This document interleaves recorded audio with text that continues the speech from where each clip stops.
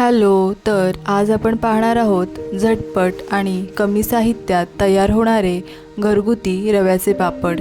इथे मी एका भांड्यात पाणी घेऊन ते उकळी येईपर्यंत गरम केलं.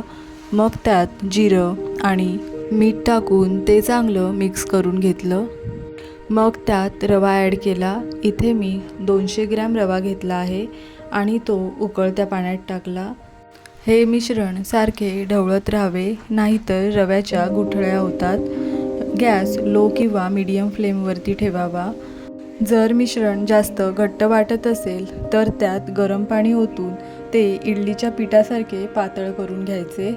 मिश्रण 10 मिनटं चांगले शिजवून झाल्यावरती ते गरम असतानाच त्याचे पापड टाकावेत, नाहीतर रव्याच्या गुठळ्या होतात.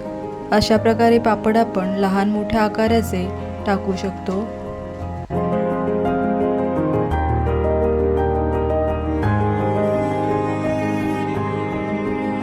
हे पापड 2 ते 3 दिवस चांगले कडकडीत उन्हात वाळवून घ्यायचे. मी हे पापड 2च दिवस उन्हात वाळवून घेतले. ऊन खूप असल्यामुळे पापड लगेच वाळले.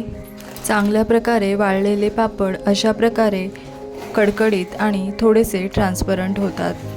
हे पापड आपण वर्षभर साठवून ठेवू शकतो. तर अशाच प्रकारे नवनवीन सोप्या रेसिपी पाहण्यासाठी व्हिडिओला लाईक, शेअर आणि चॅनलला सबस्क्राईब करा. थँक्यू.